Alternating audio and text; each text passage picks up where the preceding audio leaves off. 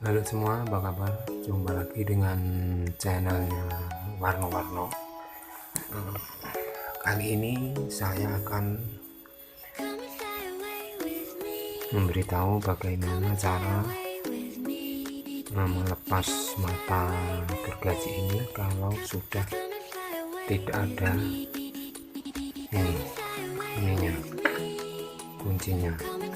Ini sudah tidak berfungsi, jadi kita cukup menggunakan alat ini bekas ruji sepeda motor.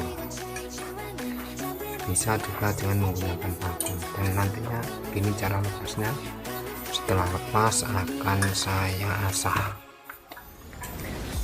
Oke, cukup mudah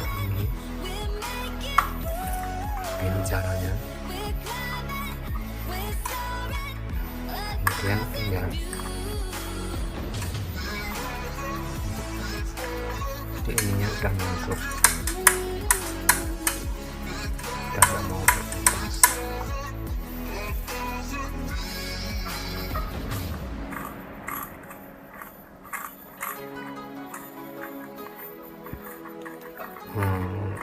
Udah karatan ini karena udah lama nggak dipakai. Cukup begini. Kemudian nanti akan saya asah.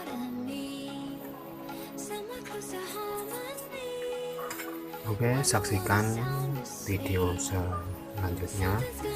Tapi sebelum itu, untuk mendukung channel kami, tolong tekan tombol subscribe dan juga tombol lonceng untuk notifikasi video-video terbaru dari saya. Untuk pisau gergaji ini ada dua sisi, satu sama satunya udah beda.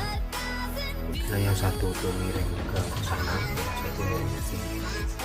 Jadi ini fungsinya untuk biar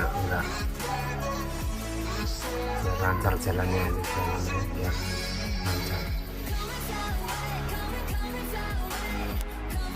Dan untuk pengasahannya itu berbeda antara satu dan satunya, ini udah berbeda. Yang ini harusnya sama yang ini sama yang ini, itu beda. Ini miring ke sini sama miring ke sini.